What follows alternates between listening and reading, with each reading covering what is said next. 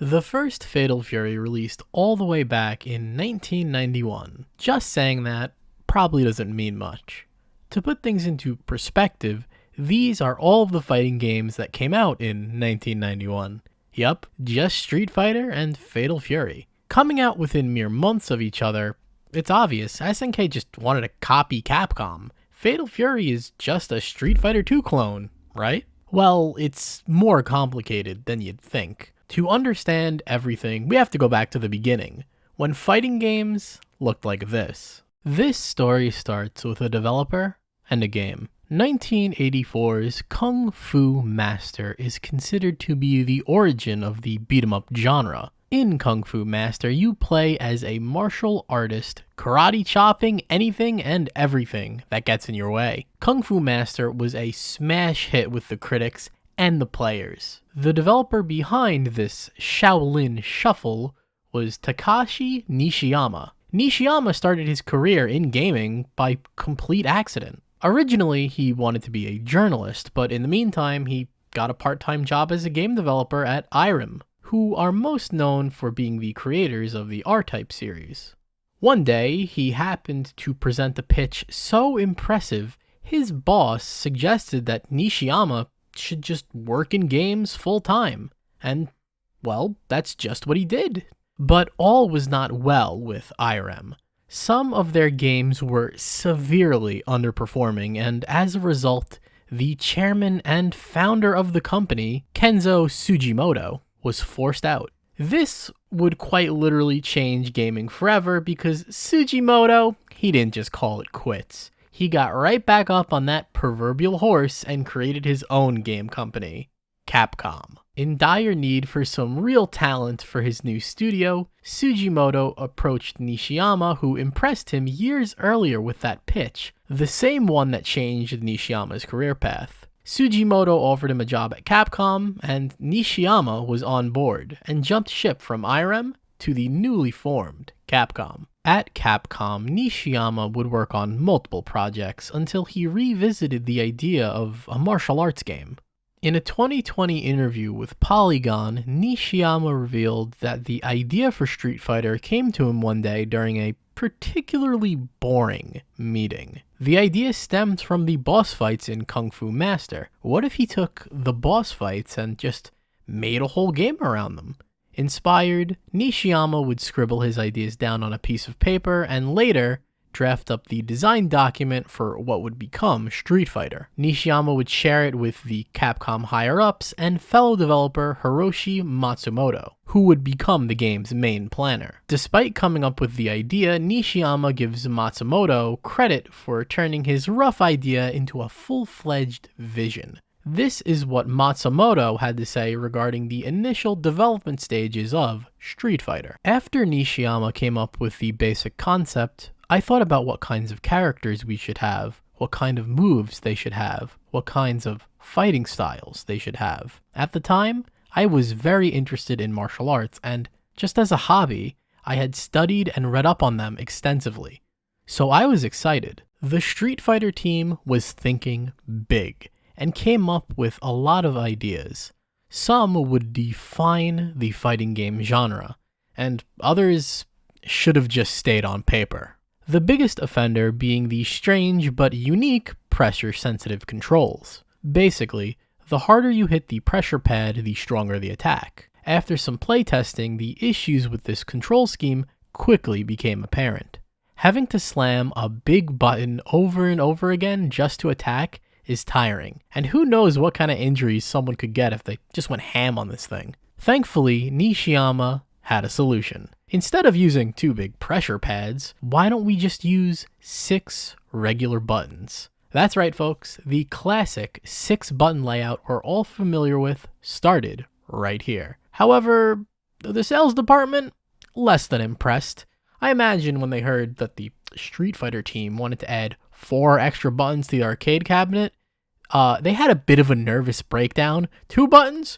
Perfectly makes sense. But 6 buttons? How's anyone ever gonna figure that one out? Is he trying to ruin the company? Fortunately, the sales team would come around to the 6-button layout. Another aspect of Street Fighter that would go on to define fighting games was the special moves. That was another one of Nishiyama's amazing ideas. Nishiyama created the Hadouken, one of the most iconic moves in all of video games. And here's what he had to say on its creation from a 2011 interview with the now defunct gaming publication 1UP.com. I was inspired by anime and manga from the time. So, for example, the Hadouken was inspired by a Japanese anime called Space Battleship Yamato.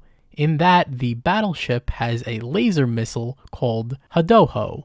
It collects energy and then blasts it into space, destroying the enemy. That's where I got the idea for the Hadouken.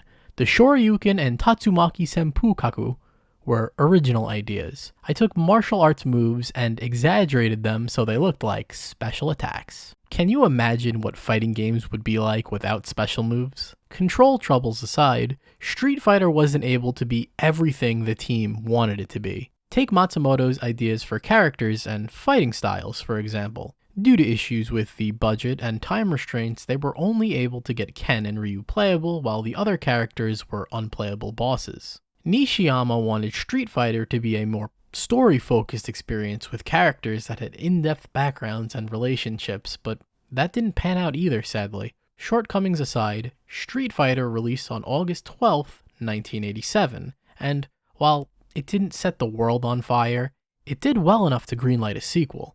There was just one problem. Nishiyama jumped ship yet again, and this time he took most of the Street Fighter team with him to work for rival developer SNK. Although this wasn't an easy decision for Nishiyama. Here is another excerpt from the aforementioned Polygon interview on why he decided to leave Capcom. This is honestly very, very hard to talk about.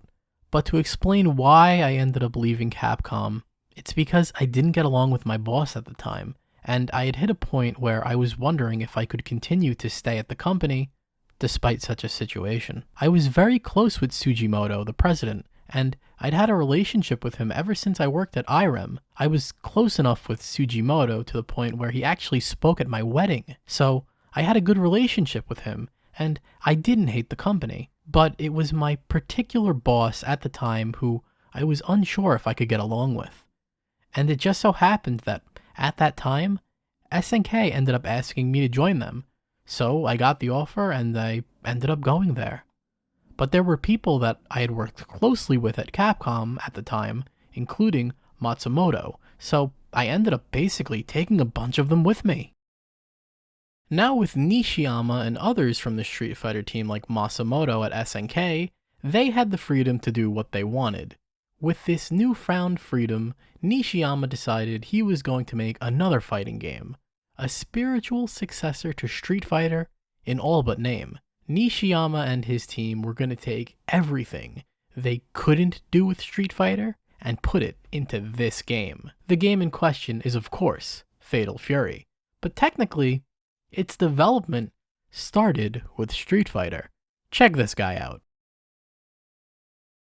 Wall punching aside, he's pretty unremarkable. According to Nishiyama, this guy right here was someone he wanted to put in Street Fighter, but didn't get the time to, and was set on putting him in his next project. That project probably would have been Street Fighter 2, but, well, we know how that went. So, Nishiyama held on to the idea and would fully realize it in Fatal Fury. Little did Nishiyama know, this generic-looking dude would go on to become the face of the company and one of the most iconic fighting game characters of all time, Terry Bogard. Terry Bogard versus Duck King. Round 1. Fight! The gameplay of Fatal Fury is an evolution of Street Fighter. It follows the same formula, but refined.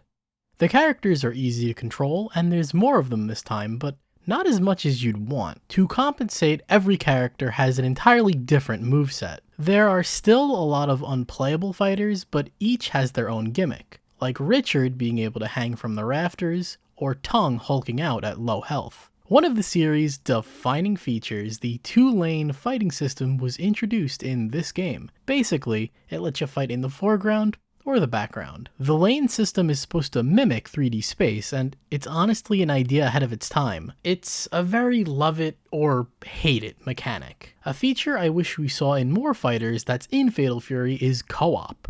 Your friend can hop in to help you out, and when the fight is done, the two of you duke it out to see who gets to keep playing. However, the one thing Fatal Fury makes sure to emphasize is its story. It's a simple revenge tale. The Bogard brothers had their father murdered by the evil Geese Howard. Years later, with the help of Joe, they set out to give Geese the dish best served cold. The game really builds Geese up, and when you finally get to face him, he does not disappoint.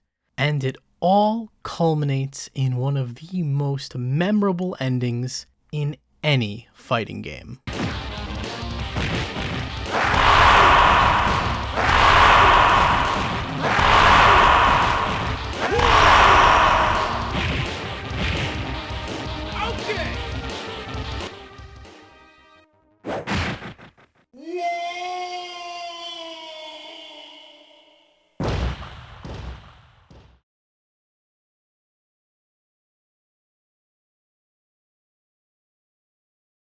So, did Fatal Fury copy Street Fighter? Well, can it really be considered a copy when the people who made Street Fighter made Fatal Fury? Is Dark Souls a Demon Souls copy? Fatal Fury iterates on Street Fighter and is definitely the better game.